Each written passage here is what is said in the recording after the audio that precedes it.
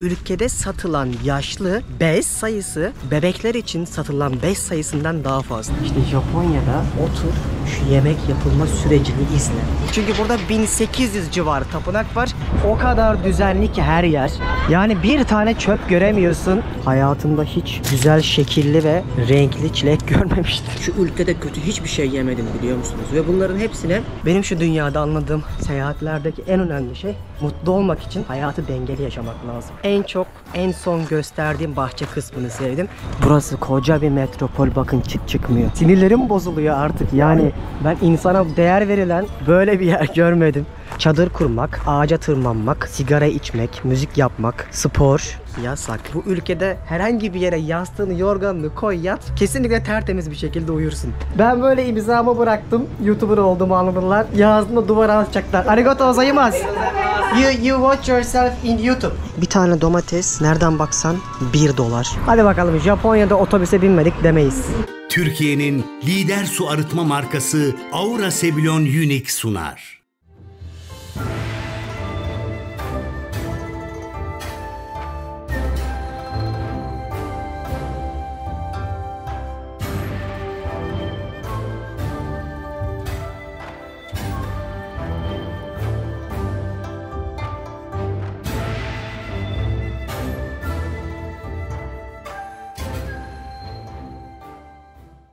Hanımlar beyler, ben Deniz Pehlivan. Bir Japonya sabahından herkese günaydınlar. Şu anda dünyanın en iyi kenti seçilen Kyoto'ya gelmiş bulunmaktayım. Osaka'dan bir trene atladım ve $4-5 bir para ödeyerek 1 saatlik yolculuk sonrasında Kyoto'ya geldim. Burası Amerikalıların dahi kıyamayıp bombalamadıkları dünyanın en kadim ve en tarihi kentlerinden bir tanesi.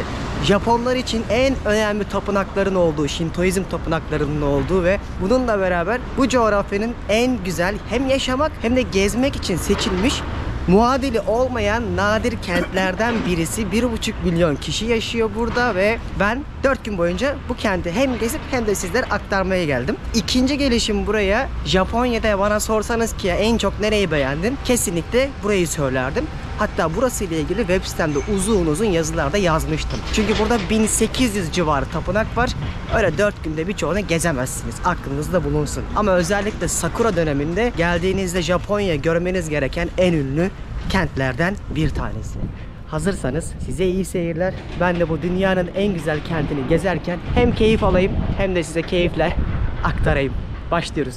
Bugün şansıma bulutlu bir hava olsa da yine de her şeyin çok güzel olacağını umut ederek otelimden çıktım. Şurada bir kafe keşfettim geçen gün. Burada kahve içip bir güne başlayalım. Şunlar tatlıları, sandviçleri, inanılmaz bir tereyağı kokuyor. Kruvasan cenneti. Ne ararsanız var. Dersiniz Japonlar bu kadar hamur işi yiyorlar mı? Yiyorlarmış bak. Envai çeşit. Burada çok şeyin içinde domuz oluyor.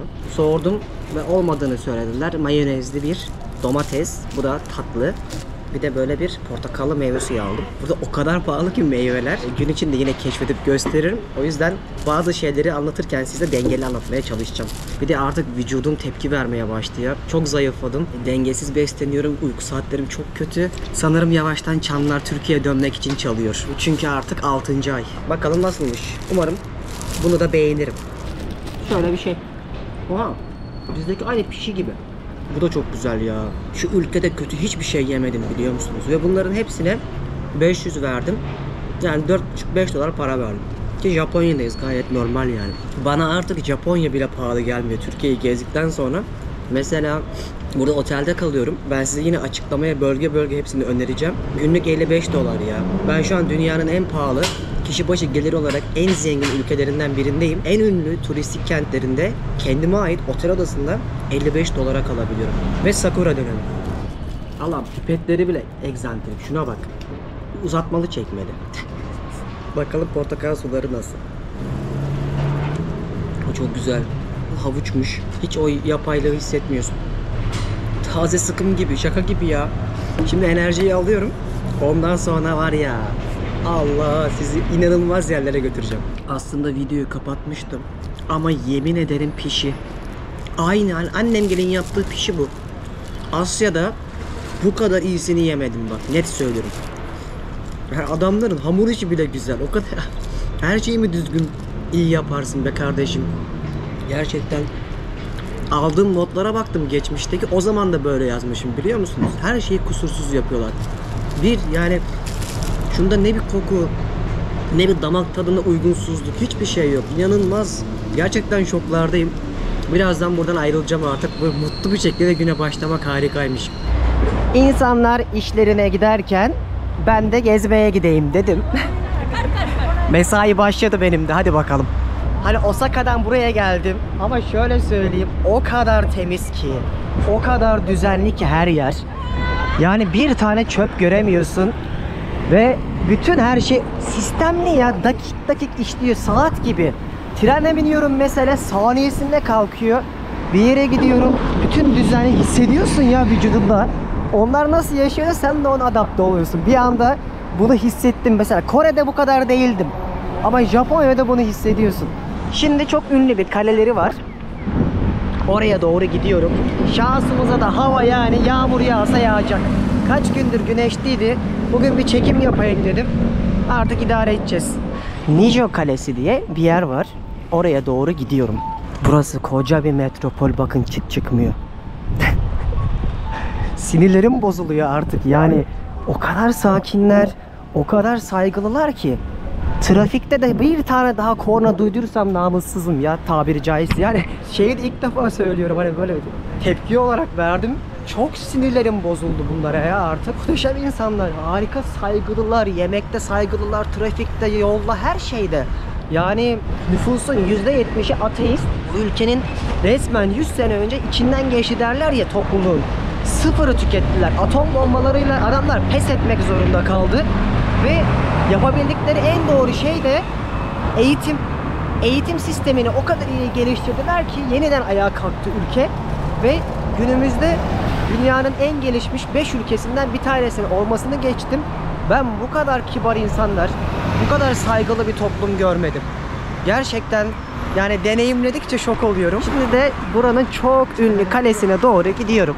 Dostlar bakın şöyle bir göstereyim, yıldızları görüyor musunuz? Bunlar benim Kyoto'da gezmeyi kendimce rota olarak çıkarttığım noktaları temsil ediyor. Şimdi burası büyük bir kent. Öyle Kyoto'ya geldim işte bir günde gezerim hızlıca falan diye bir şey asla düşünmeyin. Videonun başında da söylediğim gibi ben buranın bütün önemli tapınaklarını dahi vlogda yazdım. Açıklamada da hem size otel önerisi hem bu yazılarımın linklerini bırakayım ki buraya gelirseniz onları okumadan sakın plan yapmayın. Neden bunu söylüyorum? Burada 1800 tane tapınak var. Ülkenin en ünlü tapınak kenti ve 1100 yıllık bir tarihi başkent. Hal böyle olunca gezecek farklı bölümleri var. Şöyle düşünün. İstanbul'u bir günde gezebilir misiniz? Tamam, İstanbul'da devasa bir kent ama burada da noktalar anlamında çok dağınık olduğu için ve büyük bir metropol olduğu için bir günde anca bir mahallesini gezebilirsiniz.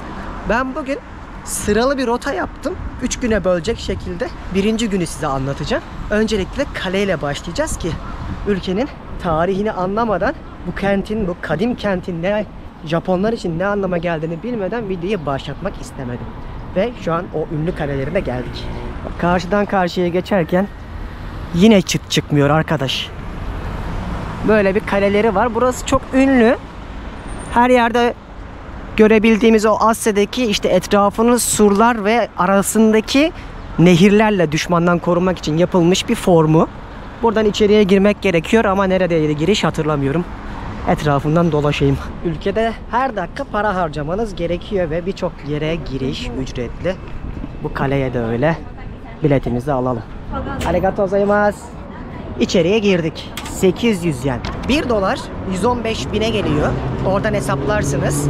Yani birçok yere girişe 5 dolar falan vereceğiz. Ucuz, uygun yani. Bana Japonya pahalı gelmedi ama biliyor musunuz? Çok enteresan. Hani videonun başında da söyledim. 50 dolara falan otelde kalıyorum. Tokyo hariç. Daha Tokyo'ya gitmedim. Bunu niye söylüyorum? Bu kadar zengin, kişi başı gelir anlamında bizden kat be kat iyi bir ülkenin fiyat anlamında ben çok daha pahalı olmasını beklerdim. Mesela İsviçre gibi.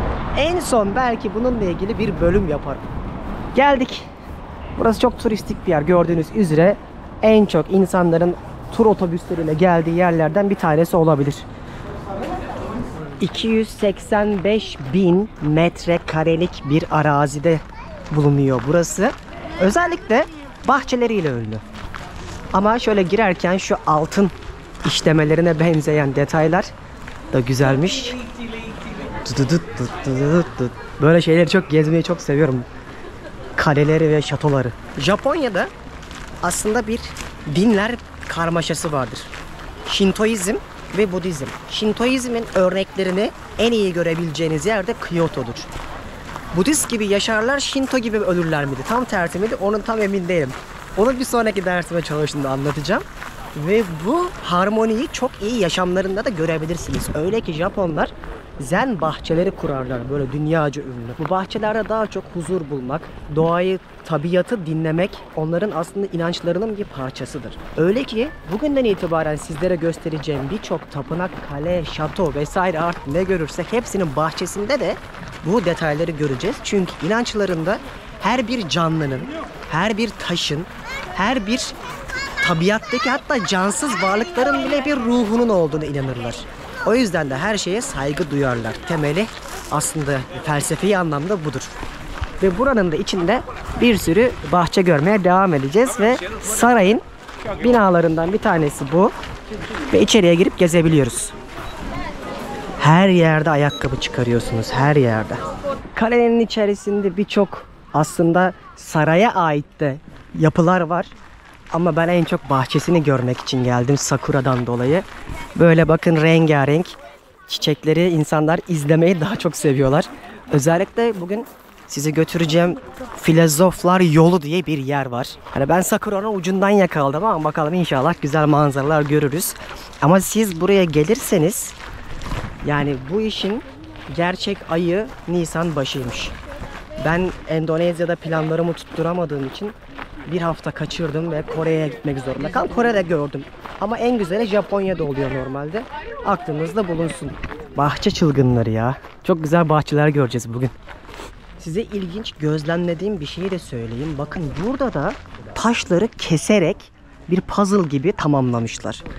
Ama ve lakin Peru'dayken hatırlarsınız Machu Picchu'ya giderken Cusco kentinde size dünyanın en iyi taş işçiliği örneklerini İnkaların yaptığını canlı canlı göstermiştim. İkisini de görmüş birisi olarak bu da çok güzel.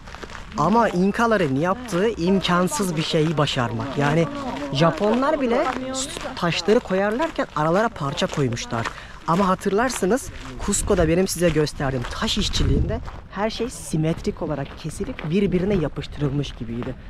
Ve gerçekten hani dünyada birçok kale gördüm, kent gördüm, tapınak gördüm. O Cusco'daki işçilikten daha iyisini görmedim. Burada fark ettiğim için sizlerle de bu detayı paylaşmak istedim. Özellikle Peru bölümlerimi izlemediyseniz bir izleyin. Ne demek istediğimi anlayacaksınız. Bahçenin içerisinde gezerken böyle her yerde sular fışkırıyor. Küçük küçük binalar var. Dinlenme alanları gibi. Çay seremonileri falan da oluyormuş ama bugün yokmuş. Böyle dolanıyorum şimdi burada. Umarım o filozof yolunda daha güzellerini görürüm ama işte böyle çiçekler açmış. Cherry blossom yani kiraz çiçeği dönemine sakura deniyor burada. Ve özellikle Nisan başında görünüyor. Bir de size bir öneride bulunayım. Japonya'ya yazın gelirseniz genelde yağmur görürsünüz. Ben önceki gelişimde de öyle hatırlıyorum zaten. Ama özellikle en güzel zamanlarının Nisan başında sakura, Ekim başı işte Kasım gibi de güz dönemindeki o rengarenk sonbaharı görebileceğiniz en iyi dönemler olarak biliniyor. Buradan çıkıyorum. Yani güzeldi ama çok fazla etkilendiğimi söyleyemem.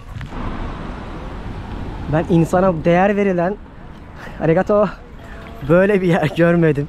Yani resmen herkes o kadar yani kendime bazen kendime ben salak mıyım acaba? Yani bunu niye beni yönlendiriyorlar ki diyorum. Her köşede birisi var. Havalimanında bavulları toplayan insanlar vardı gelirken. İnanılmaz ya. Şimdi Kyoto Imperial Palace'a gidiyoruz. Yani Kyoto İmparatorluk Sarayı'na. Yani 15 dakika falan yürüme mesafesinde. Toplu taşımayla da gidebilirim ama yürümeyi tercih edelim. Etrafa baka baka gideriz en azından. Hizmette sınır yok ya. Oturduk yerden size dünyayı gezdiriyorum. Oo ne kadar güzel. Bak park var mesela. Böyle parklar her yerde görebiliyorsun. Yani metropoldeyim ama köyde gibiyim aynı zamanda. Allah aşkına bak mesela şu düzene bakar mısınız? Bak bisiklet yolu burası. İlerisi de bisiklet yolu. 2 tane ortadan araba gidiyor. Buradan herhalde insanlar yürüyor olsa gerek ve tertemiz. Yani ben dünyada asfaltın bu kadar iyi döküldüğü bir ülke görmedim. Yani git şurada yastık, yorgan koy, yatarsın sokakta yani. O kadar temiz ve asla hırsızlık yok. Size şöyle bir örnek vereyim. Gece kulübüne gitmiştim, hani Osaka'da gece hayatını göstermiştim ya. İnsanlar çantalarını, telefonlarını masanın üstünde bırakıyorlar. Bir kafeye gidiyorsun mesela, çantalarını masanın üstünde bırakıp tuvalete gidiyorlar. Asla güvenlik ve hırsızlık konusunda hiçbir şüpheniz olmasın. Telefonumu şuraya koysam biliyorum ki ya aynı yerindedir ya da polis almıştır mesela. Benim için bir karakola tutuyordur. Kesinlikle birinin çalacağını dahi düşünmezsin yani burada. O yüzden Japonya'da ahlak konusunda bence en güzel detaylardan birisi de bu. Bunu diyorum abi, işte bak. Burası bir kent ya. Ama elektrik kablolarını bunlar mesela aşağı almamış. Yakıştıramadım, olmadı Japonya. Burada daha çok yatay mimari var böyle. Gökdelenlerin olduğu ana caddeler de var. Ama sadece mesela bir caddesi gökdelen oluyor. Arka tarafları hep böyle yatay mimari şeklinde. Özellikle bugün videonun sonuna doğru sizi Gion bölgesine götüreceğim. Yani artık hani Japonya'da görebileceğiniz en iyi yer olacak muhtemelen. Görsel o sokaklar ve mahalle anlamında. Çok iyi korudukları şeylerden birisi de insanlar burada bütün sistemi, binaları birbirine uyacak şekilde yapmışlar. Ama bombalanmadığı için de çok tarihi yapılar ayakta kalmayı başarmış. Bir de Japonlar belli bir sene evlerini mesela yıkarlarmış. O yıpranma durumundan dolayı mesela 49 yılda yıkıyormuş. Yine aynı yerde yaşayan kişinin işte torunu, çocuğu devam ettirirmiş aynı binayı kullanmaya. Çünkü maliyet anlamında özellikle arazi maliyeti çok olduğu için inşaatı yeniden yaptırıp yeni bir ev almak daha uyguna mal oluyormuş. Böyle bir detay öğrendim. Mesela şurası pek muhtemel ya bir restoran ya bir otel. Yerdeki yazılar bile ne kadar düzenli. Deniz ne övdün diyeceksin belki ama gerçekten burası, hani Singapur'u da çok övmüştüm, hatırlıyorsunuz. Singapur bir il ya da işte ilçeyken burası bir Singapur'un ülke hali. Sanırım bu yorumum doğru olur. Şu binaların tarzına bak. Bak böyle bugün birkaç restorana götüreceğim sizi. İnanamayacaksınız yani. Böyle önden bakınca hiçbir şey ifade etmiyor ama içine girdiğinde bambaşka bir dünya oluyor. Şehirde oldukça da fazla bisiklet kullanımı yaygın. Gördüğünüz üzere hem yollardan hem sokaklarda bisikletle giden Japonlardan da, anladığım kadarıyla. Madem Japonya'yı bu kadar anlatıyorum, yolda da biraz vaktimiz var, bir sohbet edelim. Şimdi Japonya, düşünsenize 2. Dünya Savaşı'nda işte Amerika'ya yeniliyor. 2 tane atom bombası atılıyor.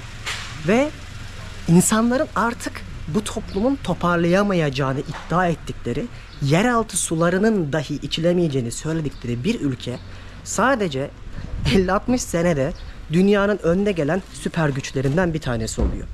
Hatta geçmiş yıllarda hatırlarsınız Fukuoka kentindeki nükleer santralden sızıntı oluyor. Yine aynı şeyi söylüyorlar yeraltı suları ile ilgili ve yine yeraltı sularına hiçbir şey olmuyor. Nasıl başarıyorlar? Bu konuda pek tabii ki bir fikrim yok. Bunu uzmanlar daha iyi biliyor sonuçta ama bildiğim tek şey şu ki bu adamlar bu konuda manyak. Yani gerçek anlamda imkansızın başarılamayacağını söylüyorlar bu insanlar ama bunlar başarıyor. Çok düzenliler, çok disiplinliler. Ben burada baygın bir şekilde işe giden, sarhoş bir şekilde insanlar gördüm. Ve biliyorsunuz hani Türkiye'deki bizim yaptığımız bir köprü vardı İzmit tarafında. İsmini unuttum. Yorumla yazarsınız. Kusura bakmayın, aklımdan çıktı çünkü. Oradaki mesela bir Japon hareketi yapmıştı. Hatırlıyor musunuz? Yaptığı bir şeyin yanlışlığından dolayı.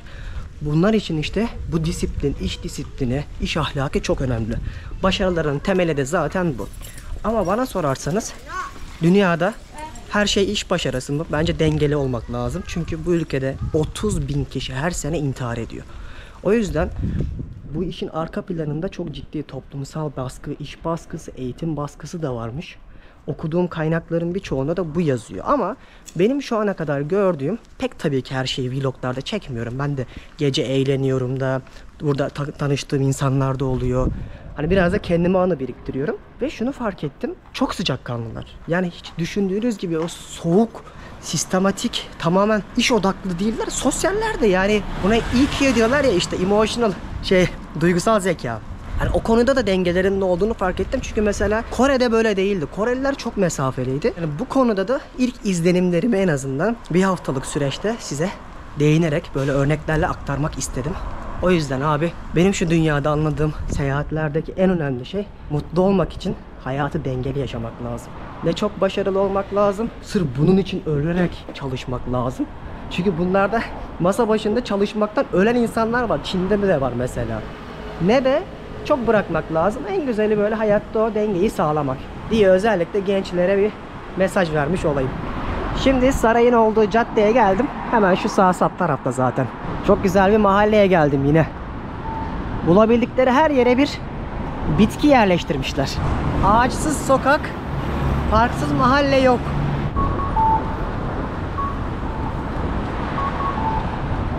Şu anda yolda giderken Instagram bir hayalin peşinde hesabımda da bir sürü story ve reels paylaştım. Oradan da takip edin çünkü orada daha anlık paylaşması kolay oluyor. Bu videoları yapmak, editlemek, gösterim detayları koyması falan çok vakit alıyor.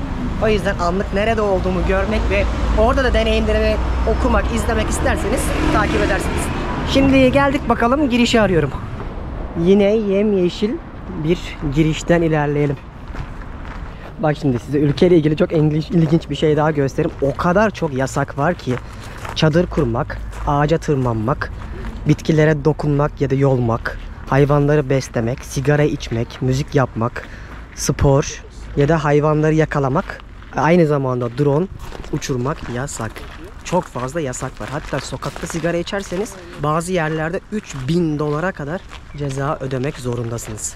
Oo, tam bitmemiş sakura. İşte biliyorum bitmediğini. Bakın şuranın güzelliğine bakın. Beyazın, pembenin, morun her tonunu görebiliyorsunuz. Çok güzel görünüyor be. Şimdi burası Kyoto-Gyoen Ulusal Parkı diye geçiyor. Parkın içerisinde gelip ağaçların altında dinlenip bisiklet sürüp yürüyüş yapabiliyorsunuz. Saray da buranın içerisinde. Çok beğendim bu parkı ve oldukça da büyük. Yani az önce gittiğim o kalenin arazi olarak belki 10 katı falan, yürü bitmiyor. Lakin hiçbir ses çıt yok bak. Çok huzurlu yerler ve şehrin dört bir yanında park, bahçe var.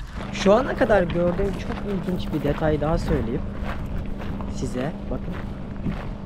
Her yerde böyle ağaçlar kırılmasın, aşağıya dallar, yapraklar, dallar düşmesin diye dayanaklarla, ağaç dayanaklarıyla, arada da ince ipler kullanarak bu şekilde tutmaya çalışmışlar. Ve birçok yerde bu örneği görüyoruz. Çok hoşuma gitti. Korumaya çalışıyorlar ve çok, yani değer vererek de uydurup bir şey yapmamışlar. Şimdi sarayın olduğu yere geldim. Buranın içerisinde de işte meşhur İmparatorluk Sarayı var. Ama bunun etrafındaki o kale gibi sularla arada koruma altına alınmamış. Doğrudan direkt ulaşabiliyorsunuz. İçeriye girişte para ödemiyorsunuz. Ücretsiz. Çantanızı falan kontrol ediyorlar. Direkt giriyorsunuz. Şurası da ziyaretçi odası kısmıymış. Buradan isterseniz hangi dilde seçenekler varmış bakalım. İşte İngilizce, Korece, Çince vesaire. Buradan guide app'ler indirebiliyorsun ve seni bütün sarayın içerisinde gezdiriyor. Bildiğiniz kulaklıkta geziyorsun. Ama ben birkaç noktayı zaten bildiğim için sizlere hızlıca göstereyim. Havada birazdan açacak gibi. Hadi bakalım. Burası ülkenin en eski başkenti demiştim ya, işte buradan sonra 1869 yılında Kyoto'dan Tokyo'ya taşınıyor. Başkent ve o süreye kadar imparatorun kaldığı yer burası işte. İçeride birçok yapı var. Tek tek bahçelerine kadar girip görebiliyorsunuz. Lakin binaların içerisine girmenize izin vermiyorlar. Daha çok kraliyet döneminde kullanılmış ağırlama, etkinlik vesaire diye böyle binaları ayırmışlar. Ama içine giremiyorsun. Yani dışından sadece çatısını, ahşapların detayını vesaire görebiliyorsun. Ben içini de görmek istiyordum. Ne yazık ki izin vermiyorlar. İşte burası Japonya'nın başlangıcının işte detayı. Bahçeleri, zen felsefesi ve görsel şöleni. Hepsini böyle görmeye başlayacağız. Çok beğendim. En son gösterdiğim bahçe kısmını sevdim. Pek tabii ki siz sadece burada 3 dakikalık, 4 dakikalık bir kısmı izliyorsunuz. Ama o kadar büyük bir arazide yürüdüm ki 45-50 dakikadır dolaşıyorum. Gerçekten çok büyük bir saraymış. Ama hala istediğimi alamadım. Yani o tapınakları gördükten sonra bu saraylar hikaye gelecek. Çok acıktım. Öncesinde bir yemek yiyelim artık. Bir Japon yemeklerine yavaş yavaş girmeye başlayalım. Bulabilirsem yakitorici, bulamazsam ramenci bulacağım. Nasıl ki Osaka'da okonomiyaki ve takoyaki meşhurdu.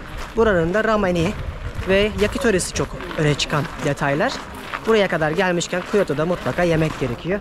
Yerken de sizlere tecrübemi gösteririm. Artık burayı gezdim. Yavaştan çıkıyorum.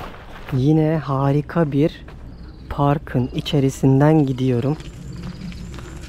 Ve size çok güzel bakın, sakuranın ucundan da olsa yakaladığım bitkileri arka planda görüyorsunuz.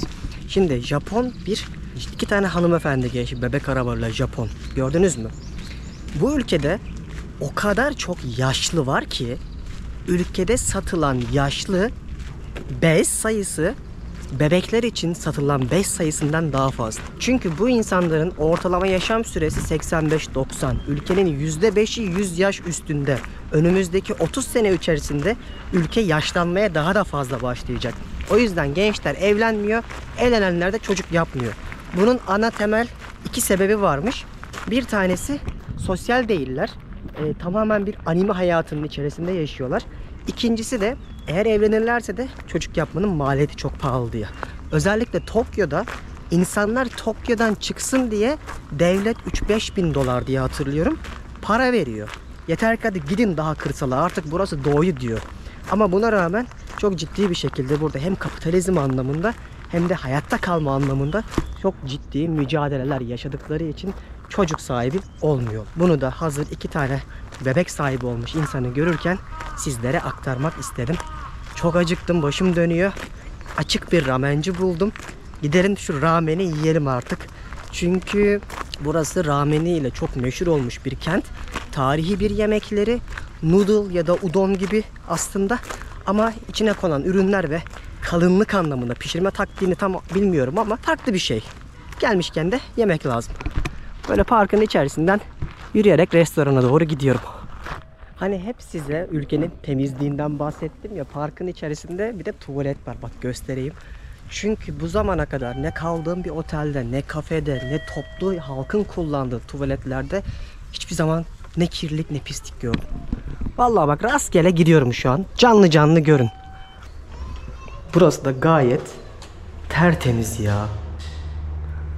Yani ne bir koku ne bir pislik. Hatta hani bir haberlere çıktı ya, bu maçtan sonra etrafı kirletmiş Japonlar, sonrasında temizlemiş, toplamışlar ya. Gerçekten eğitimlerinde okuldan başlayan bir sistem bu. Nereye girerseniz girin ayakkabınızı çıkartıyorsunuz. Özellikle ilkokuldan itibaren çocukları, sınıfları temizlettiriyorlar. Hatta yemekleri bile yaptırıyorlar.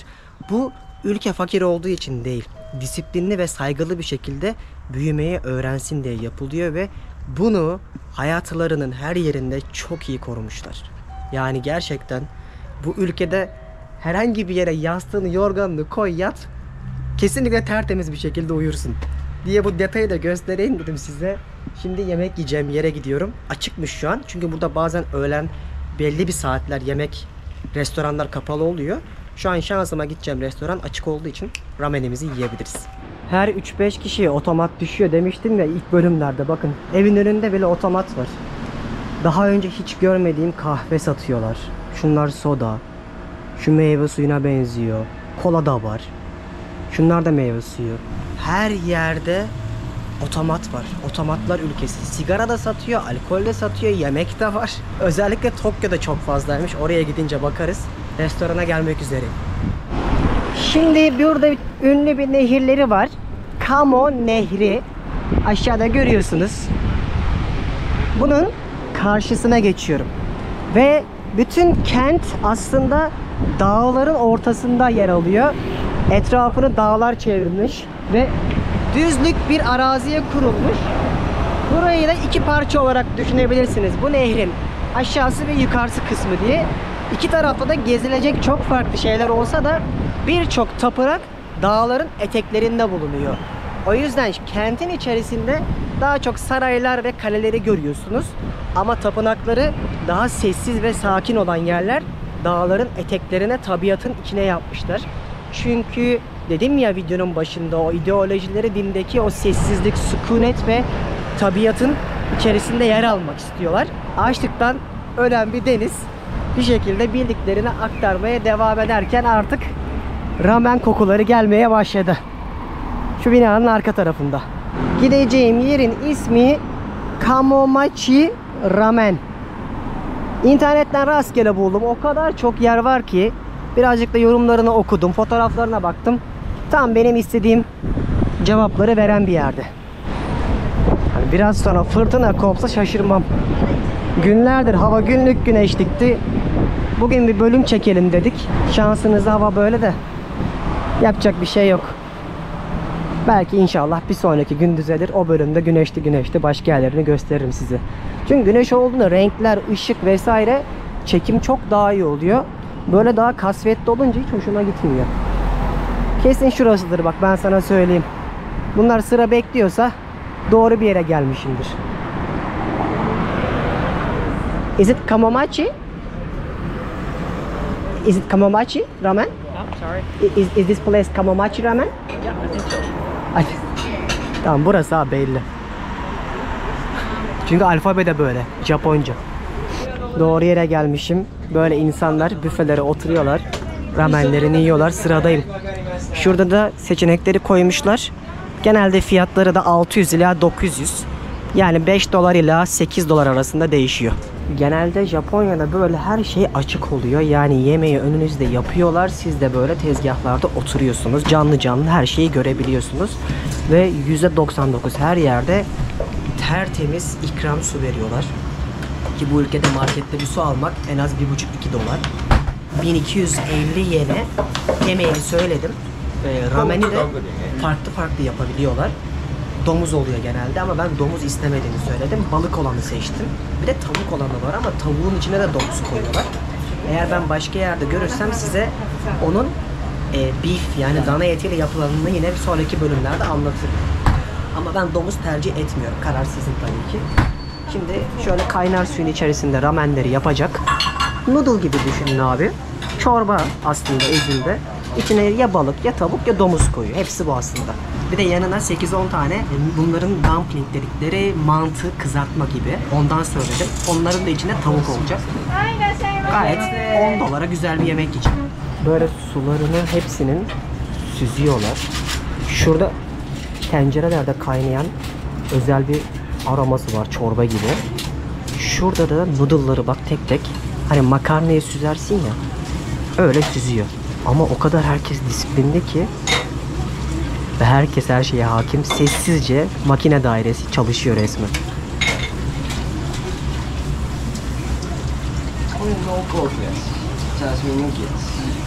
Bak benimkini mesela direkt söyledi. Bunda domuz olmayacak dedi. O adamlarınki domuz. Şurada da dumplingleri kaynatıyorlar. Bildiğin kızartıyor aslında. İşte Japonya'da yani otur şu yemek yapılma sürecini izle. Bu bile çok büyük deneyim. Arigato. Arigato. Ay çok güzel görünüyor. Şu yosun bildiğin. Şu yeşillikleri soğan muğan var. Noodle özel yaptığı suyu ve şu da bir balık.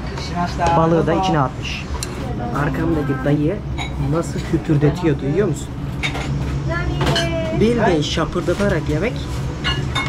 Yemek çok lezzetli demek burada. Yani doğruymuş o. Deniyorum.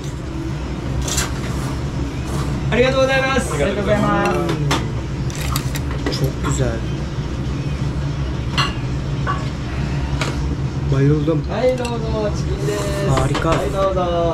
Kızarmış. noodle'ları, tavukları yerine göstermelik yeşillik de koyuyorlar. Güzel değil. Ama tavuğuna bakın. Ha, bu arada şöyle de bir pilav geldi. Pilavı bile çok sevdim artık. Çünkü lapa. Lapa. Gerçekten bu çok güzeldi. Yani sosu, suyu, noodle'ın tadı harika. İnsanları oturup izlemeyi çok severim. Şöyle karabiber koyuyorlardı. Ve bizdeki acı var ya, onun gibi de bir acı koyuyorlar. Demek ki böyle daha güzel oluyor. Dur bakalım. Bildiğin kırmızı biber gibi.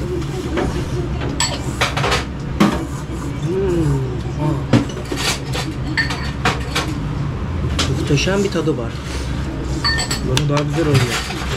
Bu ülkede aç kalmak imkansız. You hang it in here. Ben böyle imzamı bıraktım. YouTuber olduğumu anladılar. Yazdım duvara asacaklar. Arigato gozaimasu. You watch yourself in YouTube. Okay. Okay.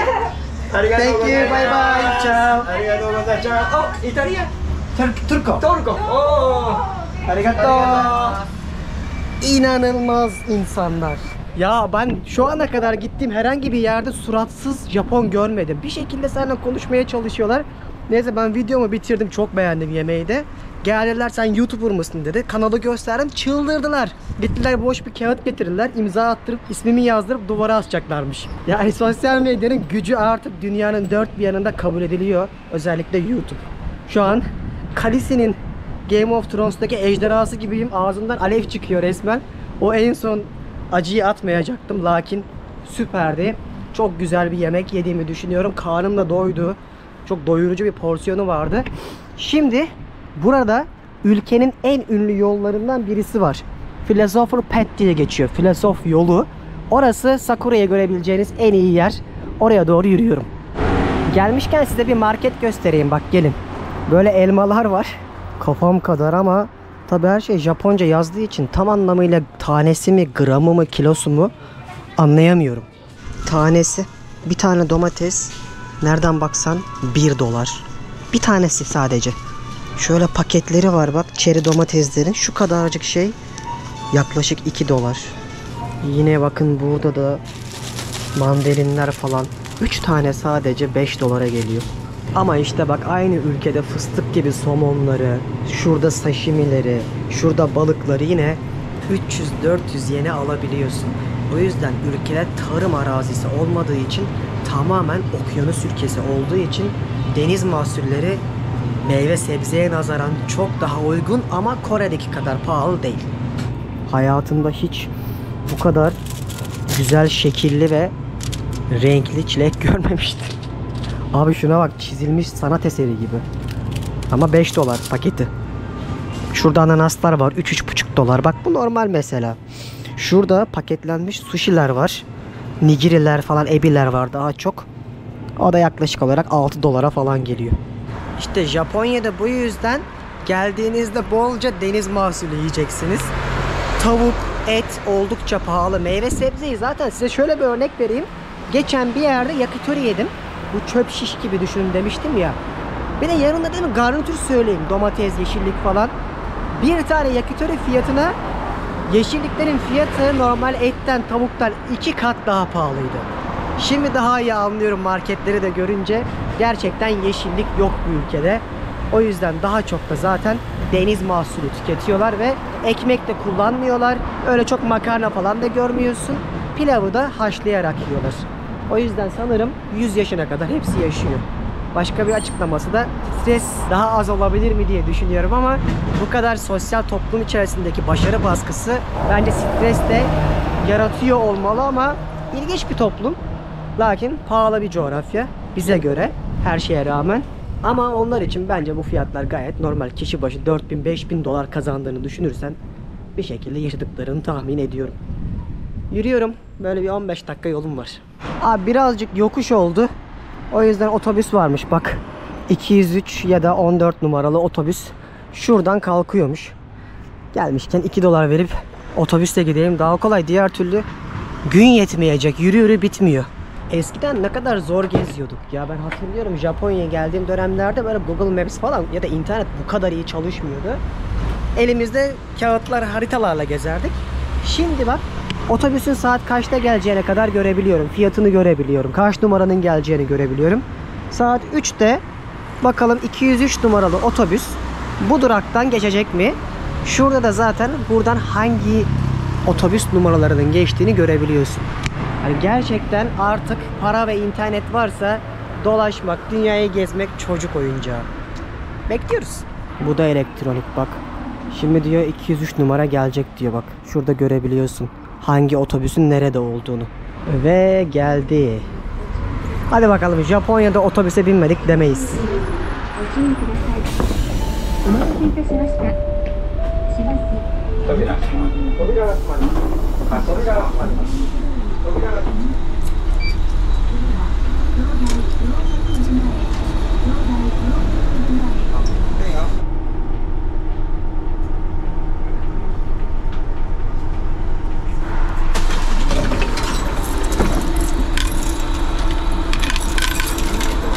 Got it? Okay. Direkt otobüste de paranızı ödeyebiliyorsunuz. 2 dolara buraya beni getirdi. Burası özellikle dünyaca ünlü olan filozof yolunun olduğu yer. Çok sakin yerler ya. Burası da çok turistik bir yer normalde ama oldukça nehrin kenarında sessiz sakin yürüyerek şimdi gidiyorum. Burası işte meşhur filozof yolu ama Sakura'nın artık bitişine denk gelmişiz. Yani 1 hafta ile 3 hafta arasında geçiyordu normalde. Böyle kimonolarını giymiş kadınlar gelip fotoğraflar çektiriyorlar. Yani şehrin belli yerlerinde var, belli yerlerinde yok. Ama dediğim gibi en doğru zaman Nisan başı. Yani görebildiğim kadarıyla artık dualar ederek, farklı noktalarda bulmaya çalışarak anılarıma yazacağım. Ama bayağı dökülmüş yani artık. Kalmamış. Burada en azından. Normalde işte bak bunları komple böyle bembeyaz açtığında bu yolda görebiliyor olmam lazımdı. Ama çoğu dökülmüş. İşte buradan da yürümek, fotoğraf çektirmek en meşhur noktalardan bir tanesiydi.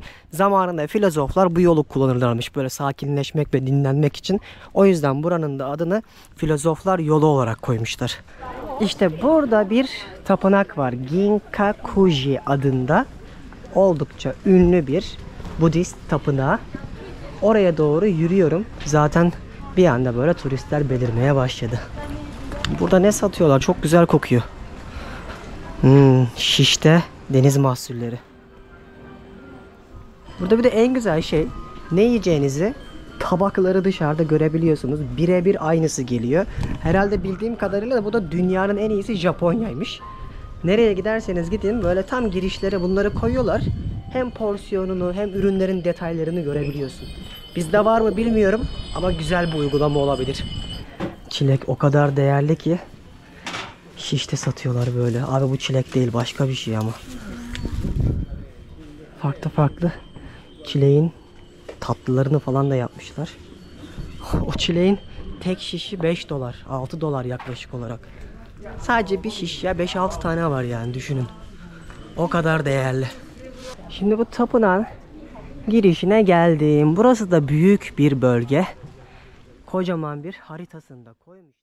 Türkiye'nin lider su arıtma markası Aura Sebilon Unique sundu.